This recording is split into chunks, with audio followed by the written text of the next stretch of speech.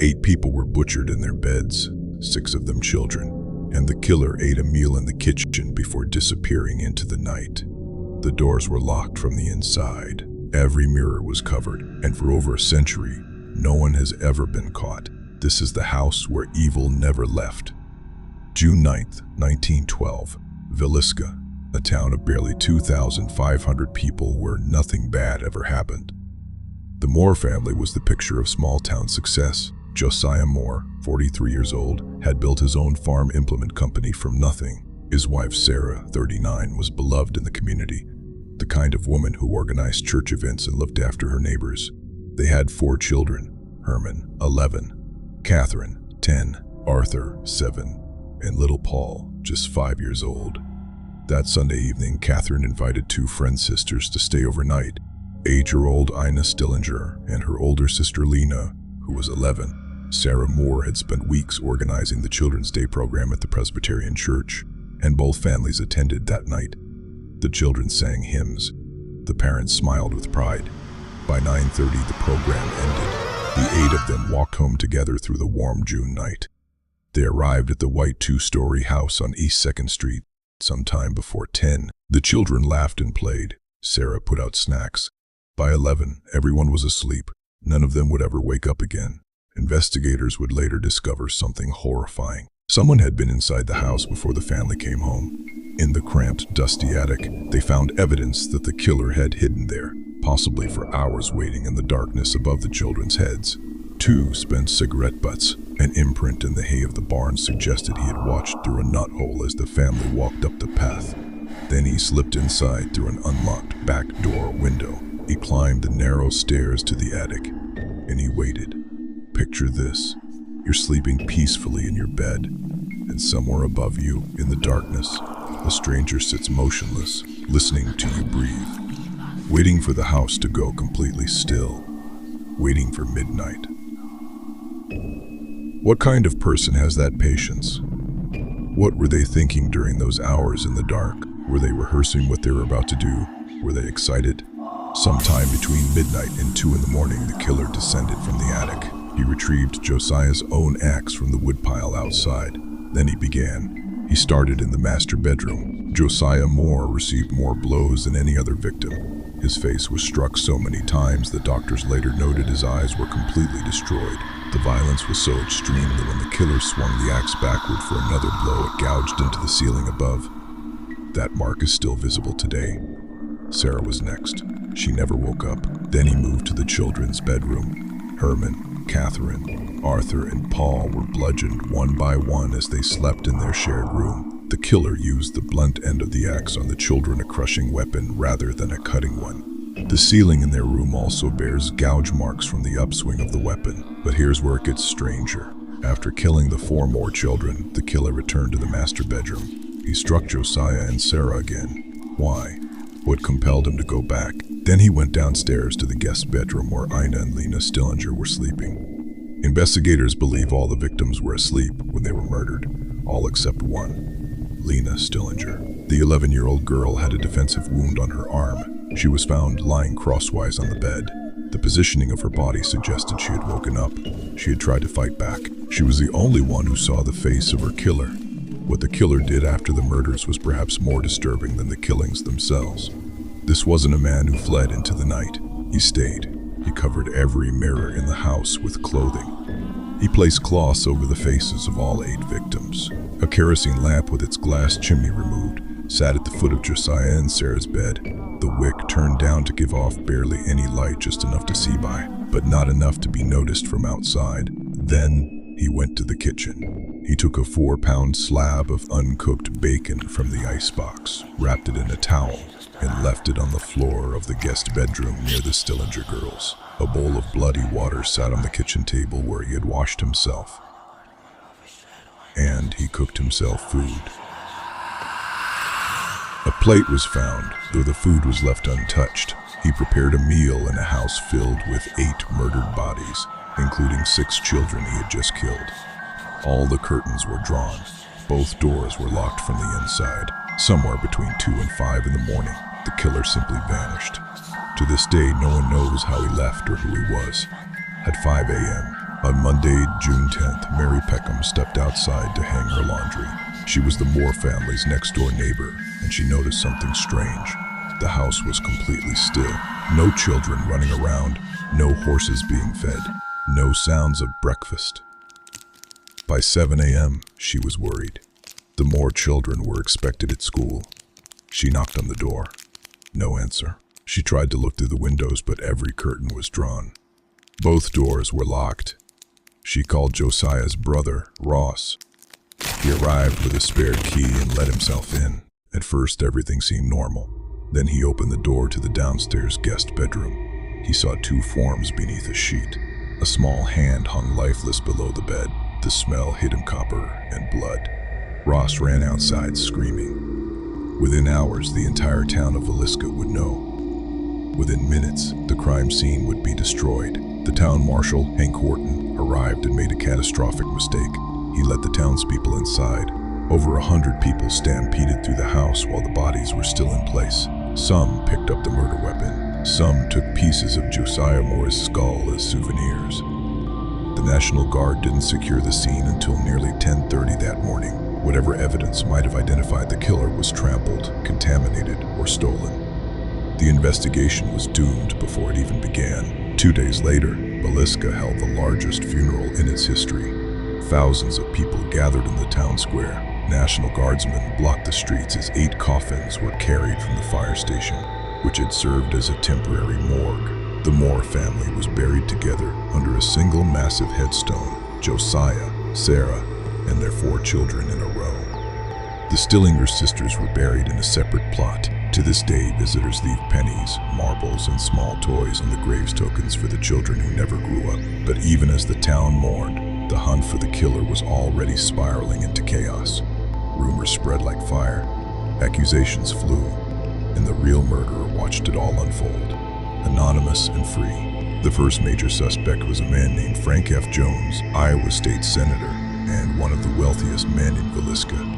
Josiah Moore had once worked for Jones at his farm implement store, but in 1908, Moore left to start his own company, and he took the extremely lucrative John Deere franchise with him. Jones was furious. Some in town whispered that Moore had also had an affair with Jones's daughter-in-law, Donna. Whether true or not, there was no question that Frank Jones hated Josiah Moore. In 1916, a detective from the famous Burns Detective Agency named James Wilkerson publicly accused Jones and his son Albert of hiring a hitman to murder the Moore family. The alleged killer's name, William Blackie Mansfield, an ex-convict and former U.S. Army soldier known by the nickname Insane Blackie. Mansfield was a terrifying figure. In 1914, he was the prime suspect in the axe murders of his own wife, infant child, and in-laws in Blue Island, Illinois. 4 days before the Villisca massacre, a family had been killed with an axe in Paola, P-O-H Lush, Kansas, a crime bearing identical signatures. Mirrors covered, bodies draped in cloth, a lamp with the chimney removed. Wilkerson was convinced he had his man. He brought Mansfield before a grand jury. But then payroll records surfaced. Mansfield had been working in Illinois at the time of both the Paola and Villisca murders. His alibi was ironclad. He was released. Wilkerson went to his grave insisting that Jones had used his wealth and influence to free a guilty man. Mansfield later sued Wilkerson and won the equivalent of $65,000 in today's money. The second suspect was far stranger and far more disturbing. Reverend George Kelly was an English-born traveling preacher who had been in Villisca on the night of the murders. He had attended the Children's Day program at the Presbyterian Church, the same program the Moore family attended. He left town in the early morning hours of June 10th. Kelly was a troubled man. He had suffered a mental breakdown as an adolescent and was later diagnosed with what we would now call schizophrenia. He had a known habit of peeping through windows. He had asked young women and girls to pose nude for him. And he was a self-confessed arsonist who had set multiple fires. 5 years after the murders, Kelly was finally arrested. And here's where things get truly disturbing. He confessed. Kelly claimed that God had commanded him to enter the Moore house and kill the family. He described the killings in detail. He said a demon had guided his hand. But was the confession real? Kelly was only 5'2" and weighed about 119 pounds. Many investigators doubted he had the physical strength to commit such violence. His confession may have been coerced by detectives desperate for a conviction. Kelly was tried twice. The first trial ended in a hung jury. The second ended in acquittal. He was released. Kelly spent the rest of his life drifting between increasingly bizarre occupations, at one point serving as chaplain for a Ku Klux Klan chapter in New Jersey, giving invocations before cross burnings. He died in 1959 at age 80 in Islip State Hospital, one of the country's largest psychiatric institutions. He never confessed again. The third theory is perhaps the most chilling of all, that the Moore family was killed by a serial murderer who traveled by train, striking family after family across the American Midwest. As early as 1913, federal investigators noticed a pattern. Families were being murdered in their sleep with axes across multiple states. The crime shared disturbing signatures. Victims bludgeoned with the blunt end of an axe, mirrors covered, faces draped with cloth. A lamp with its chimney removed left at the scene. Researcher Beth Klingensmith has identified as many as 10 similar crimes between 1910 and 1919 in Kansas, Colorado, Illinois, even as far as Washington state. All occurred near railroad lines. All shared the same ritualistic elements. In 2017, journalist Dill James proposed a suspect, Paul Mueller, a German immigrant drifter and logger who worked in lumber camps across the country. James even connected Mueller to the infamous Hinterkaifeck murders in Germany in 1922, another unsolved family massacre with strikingly similar details. Mueller was never charged. His fate is unknown, but the theory persists that the Villisca killer was not someone the Moore family knew. He was a stranger, a shadow who arrived on a midnight train, chose a family at random, and disappeared before dawn. He may have killed dozens. The house at 508 East 2nd Street passed through 13 different owners over the following decades. It fell into disrepair. It became a rental property. Most people in Villisca wanted to forget it existed. But in 1994, Darwin and Martha Lynn, local historians who ran a museum in town, purchased the house. They restored it to its 1912 appearance, removing the modern plumbing and electricity. They opened it as a historical museum. And that's when the reports started. Tour guides heard footsteps in empty rooms.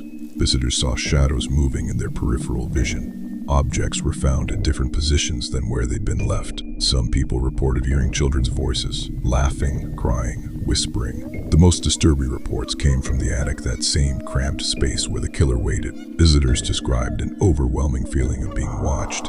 Some claimed to smell cigarette smoke where there was no source, but it was the overnight stays that revealed the true nature of this place.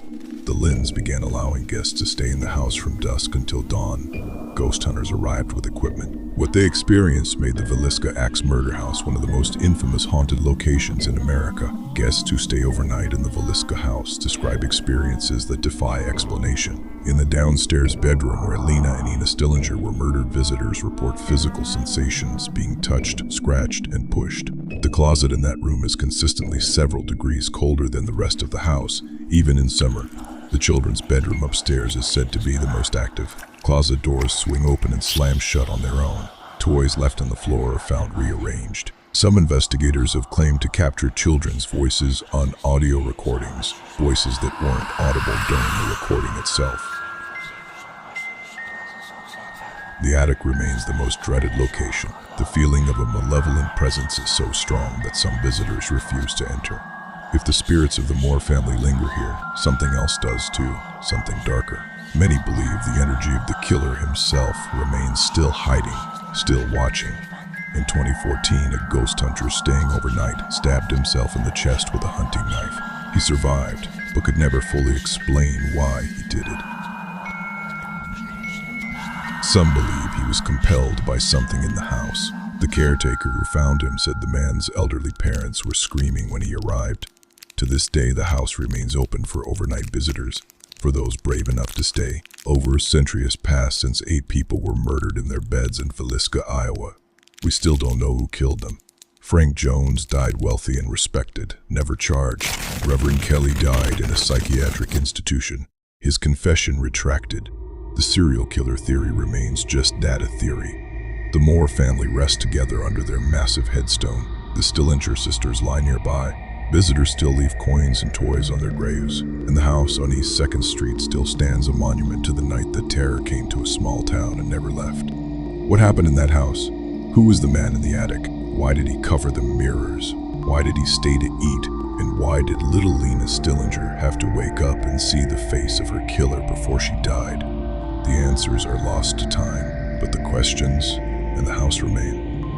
If you're ever driving through southwestern Iowa, you might pass through Villisca. It looks like any other small American town. But at 508 East 2nd Street, there's a white 2-story house with a dark history that refuses to stay buried. They say evil doesn't die. Sometimes it just waits, just like it waited in that attic over 100 years ago.